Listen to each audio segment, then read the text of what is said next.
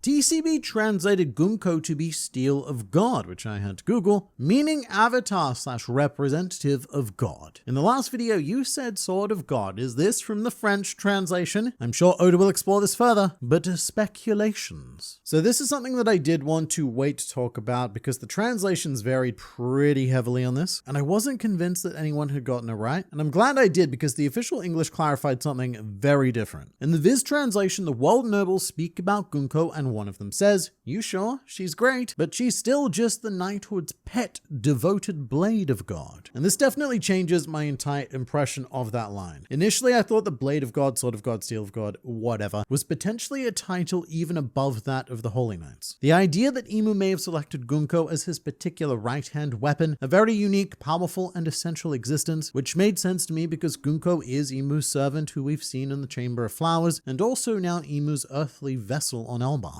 But now it sounds more like the opposite, that Gunko is a rookie holy knight, hence pet, and that a devoted blade of God could be the designation for a candidate who has yet to be officially knighted. And alternatively, it could also be a mixture of both, as in the devoted blade of God is a very special designation for a very special existence, but Gunko is still new to the role and has yet to properly fulfill that purpose at the time of God Valley. And maybe being able to contain the power of Imu without your body simply exploding requires a fair bit of training. Sort of like when Sanji was in Nami's body, he could still use all of his techniques, but they would have destroyed Nami's body if he used them too much. And something else interesting that I was not anticipating was the official translation changing Oda's name for the Knights of God. In the Viz translation, this text is now Holy Knights of God, which I thought was interesting because I was like, okay, Viz is now offering English to English translation services. But in all seriousness, I do think this was a good solution. Viz gets ripped on pretty unnecessarily for stuff like this a lot. And look, does Viz make mistakes sometimes? Yes, definitely. Is this one of them? And the reason why the current translator chose Holy Knights over, say, God's Knights is because one of the many translators before him named Marijois the Holy Land of Marijois rather than its literal translation, which is Land of the Gods. And so all of this holy business is a knock-on effect from that. Gunko in the flashback was introduced as Saint Gunko. I wonder if she did something to forfeit her saintness. She did not, although I do understand the confusion. Gunko was not originally introduced as a saint in chapter 1137, which is either a mistake or a retcon made by Oda, as in the release of volume 112, this same text box appears labeling Gunko as not only a saint, but also as a member of the Man-Maya family, which was also not originally in there. I'd show it to you in English, but volume 112 hasn't been released yet in English, so what you see on the Viz website still uses the weekly magazine translation. But TLDR, there's nothing weird happening with the saint title, and it is consistent, but only if you read the manga volumes and not the magazine release. What do you think about Garling mentioning fate being the reason he found God Valley to Saint Saturn? I think it's fascinating because Garling is not wrong. All of these Davy clan members, they're carriers of the will of D, which means that they are the loyal subjects of fate. And feel free to debate the morality of fate if such a thing is indeed possible, but these Davy clan members have been set up to die here. That is their inherited will, which then gets passed on to Blackbeard for him to use in the modern day, with Blackbeard's actions actually having helped Luffy on multiple occasions in the grand scheme of things, and will no doubt be integral for eventually triggering the dawn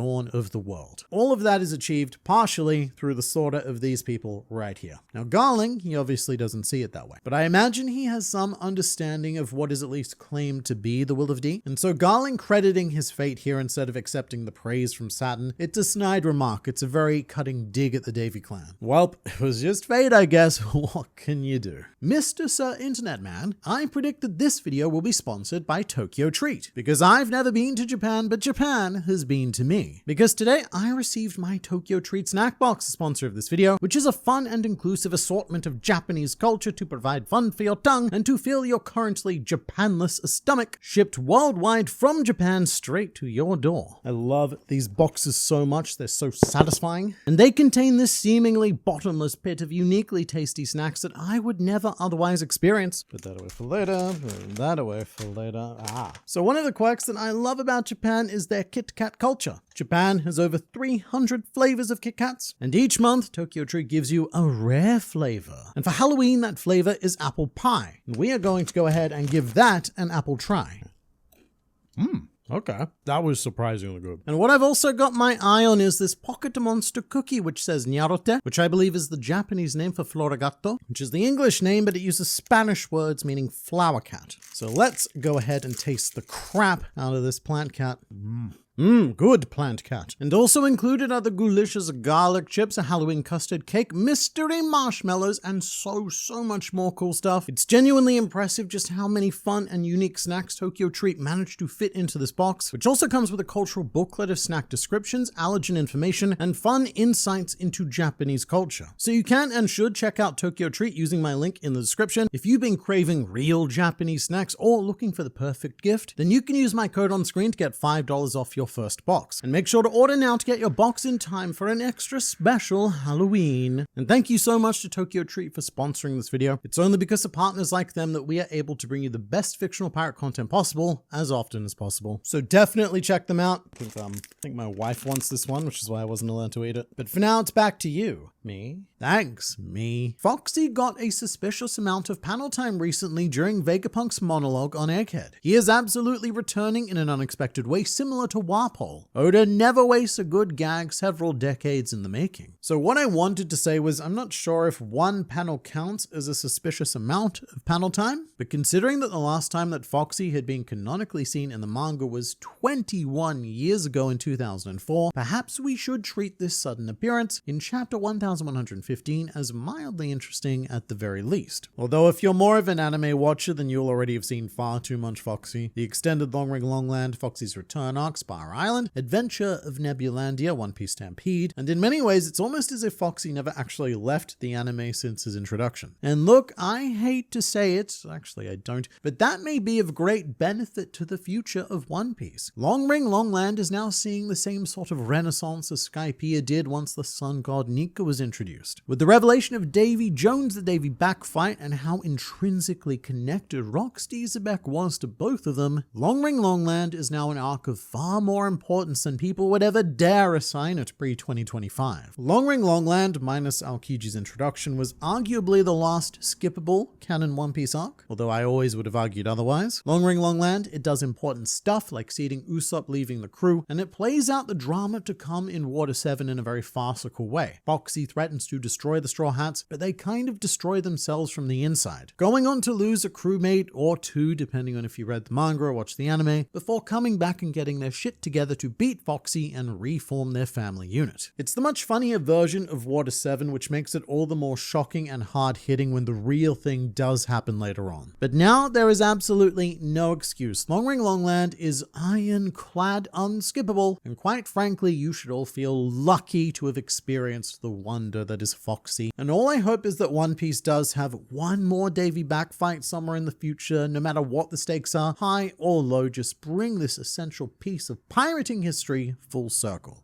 In what order do you put on your shoes, socks, and pants? Alright, so I go pants, socks, then shoes. But I could also see an argument for going socks, pants, shoes, mostly depending on what kind of pants you're wearing. The only thing that I can't see happening is shoes first. That is a lifestyle that's just a bit too wild for me. Is Yamato going to be captain of Wano's navy with Page 1 and Ulti? Potentially. Wano is one of the largest nations in the One Piece world, and it's one of the only nations without its own navy for reasons of never having needed one. I do think it would be a good role for Yamato, as it gives us an excuse to follow in the next series of footsteps of Odin by being able to set sail and see the world. But I think that this is a question being asked because of something that readers noticed in the latest cover story. We've got Yamato at the shrine of Kozuki Odin, which before we move on, love it. This was actually said by Kinemon in chapter 1052 that he wanted to build Odin a shrine with a view of the flower capital, just like how Ryuma has a shrine on a hill that overlooks Ringo, thus giving Odin the legendary status as a hero of Wano that he deserves. And it also acts as an enduring symbol of protection for the people. You just look up and you see Odin right there guarding you. But there is something rather curious to note about the castle in the flower capital itself, which is that the Straw Hat Jolly Roger that Momonosuke was gifted is no longer hanging above the entrance, which has led to speculation that it may have been taken down in order to use on a ship to display their allegiance to Luffy. Like how Bellamy is currently suspected to be creating custom Jolly Rogers for the Grand Fleet. But I should also say that we may be in the realm of this just being a simple continuity error. In this cover story, we have seen the Jolly Roger in both chapter 1116 and then 2 chapters later, so Oda has been very consistent with this little detail, and so it could go either way. Oda may have slipped up on this occasion. It does happen more often than people would think. That, or the absence of the Jolly Roger, could be a subtle sign of something much more bigger.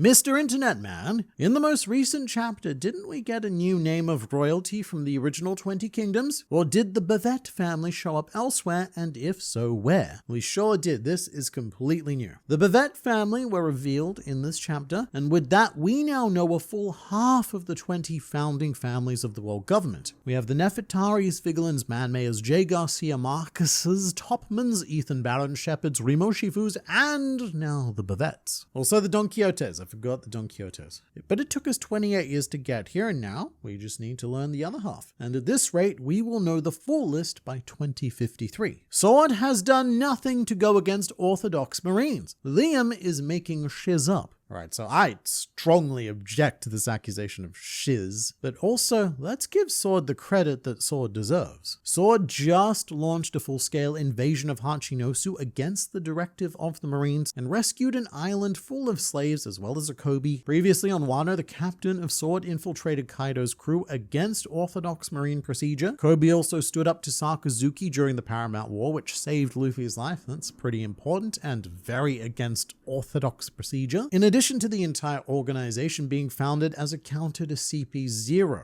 CP0 also known as Aegis, meaning shield, so we have Sword versus shield. Literally everything that Sword has done has been against how Orthodox Marines operate. And so sometimes, I don't even know if I'm reading the same manga as some of you. Where do you get the comments you show in your videos from? Wherever you posted that comment from, that is where I get them. Internet Man, could you remind us, where was Brook during God Valley? Was he already dead? So Brook, he was well and truly dead by this point. It was exactly 50 years ago that the remnants of the Rumbar pirates entered the Florian Triangle and were killed. So by the time God Valley came around, Brook was already 12 years into his half-century of loneliness. And I imagine that this timeline information will become very relevant once we finally get to the probably Gunko Brook flashback. Do you think it's possible that Blackbeard remembers small bits of his childhood like his mother or father? So not only do I think he remembers, and not only do I think he remembers small bits, there's going to be some big bits, but I think it is impossible for Blackbeard to ever not be remembering. And that could explain why Blackbeard has taken the path of the more alcohol-fueled pirate to drown those feelings away, but also why he's more on the madness side of the mind-brain spectrum, with these memories just relentlessly replaying in his mind each and every day.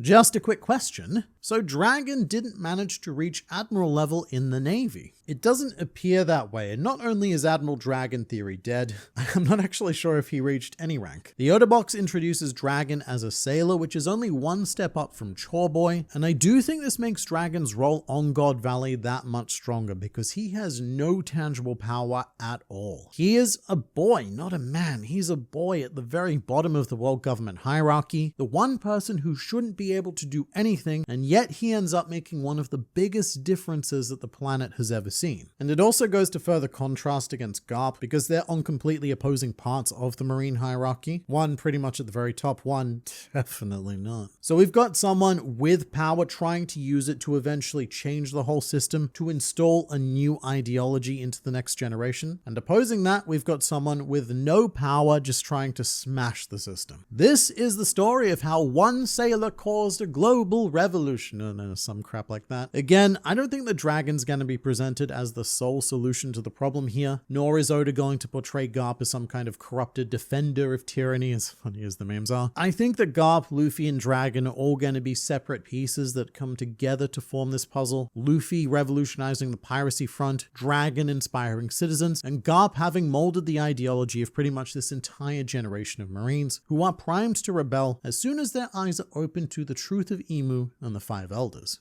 What is your stance on excessive theory crafting of the community on a story that is all about mystery and adventure? So I guess it depends what you mean by excessive, because there's a couple of different ways to look at this. For me, I think that One Piece has only gotten as massive as it has because Oda's writing lends itself to excessive theory crafting, which heavily boosts community engagement because people are always online seeking the answer to various questions, and it is very fun to speculate on those answers only to be proven wrong and be blown away by the actual answer, which Oda is somehow consistently able to do. But there is a negative side to it as well, because let's say that you get real invested in a theory. You love it, great mind thinking, and then one of two things happen. Firstly, you get the theory correct. Well done, that's amazing, but you have just ruined a major surprise for yourself. And when your theory actually does happen in the story, it just feels kind of meh because you predicted it. That might not be how everyone feels, but I know that every time I've gotten something right has never felt anywhere near as good as when I've gotten something wrong, because getting something wrong usually ends up leading to a much more interesting answer. But again, let's say that you're seriously invested in this theory, you love it, good mind thinking, etc. But then it turns out to be wrong. And what Oda does instead from your perspective is nowhere near as interesting as the thing it was that you were thinking. That, my friends, is when theory crafting goes bad, and when people start complaining about Oda's writing because he did not subscribe to their headcanon. So that's why I always try to keep in mind that these videos are just about fun. I don't get too heavily invested in any given idea, and if I'm wrong, amazing, because it almost always turns out to be better than what I was thinking. I watched a video recently uploaded by YouTuber Nekokin about the 4 people who changed One Piece in God Valley. And near the end of the video, he brings up an interesting thought, that Garling might be aiming for Imu's throne. What's your thoughts on that? Alright, so I've not seen the video, but this is something that I have been thinking about for quite some time. Every now and then, I like to bring up that the world nobles in the Holy Land of Marijois itself is loosely based on the final era of the French monarchy just prior to revolution, and I'm not going to go into all of those connections now because a lot of you're probably sick of me pointing them out, but continuing down that track, we are in the final days of Marijois, literally days at this point. Given how slow the One Piece timeline moves, the world nobles, they'll be out of power in a matter of weeks or months. In fact, depending on how this burning of the Holy Land goes, maybe now. But continuing our trend, what I would be on the lookout for is our One Piece world equivalent of Napoleon, a man who, from within, skillfully worked his way close enough to the top to seize power, and then embarked on a quest for global domination that we could perhaps go ahead and call some sort of final war. I can 100% see Garling at least wanting to take the empty throne for himself. There is no way that a man like him is going to be satisfied simply serving under Imu for all eternity, because no one knows how long the elders live with this immortal pact magic. However, whether Garling succeeds or not, that is another story. But one fictional reality that we should face here is that we, rather surprisingly, are dealing with Imu on Elbaf right now. A character generally considered to be the endgame villain of the entire series. And sure, this might just be a taste of Imu's power through the fleshy vessel of Gunko, and we are saving the full conflict and all of its silhouette goodness for the final war, but Oda could also be taking this opportunity to explore Imu a bit more, because he has plans to escalate further, and for someone like Garling to supplant him. I say someone like Garling, I'm not sure who else it could possibly be. Shamrock? But I'm not gonna lie, I'm kind of into the thought of Garling being the big bad of the world government one day. That seems pretty exciting, and I could see it happening if Imu's story becomes more about his lost love, Nefertari Lily. Maybe Imu becomes irrational, starts losing winnable fights, and Garling's just had enough and takes command in a matter best described as somehow. But you let me know in the comments, do you have thoughts about any of what I just said? And if so, what are they? And if not, what are you thinking about instead?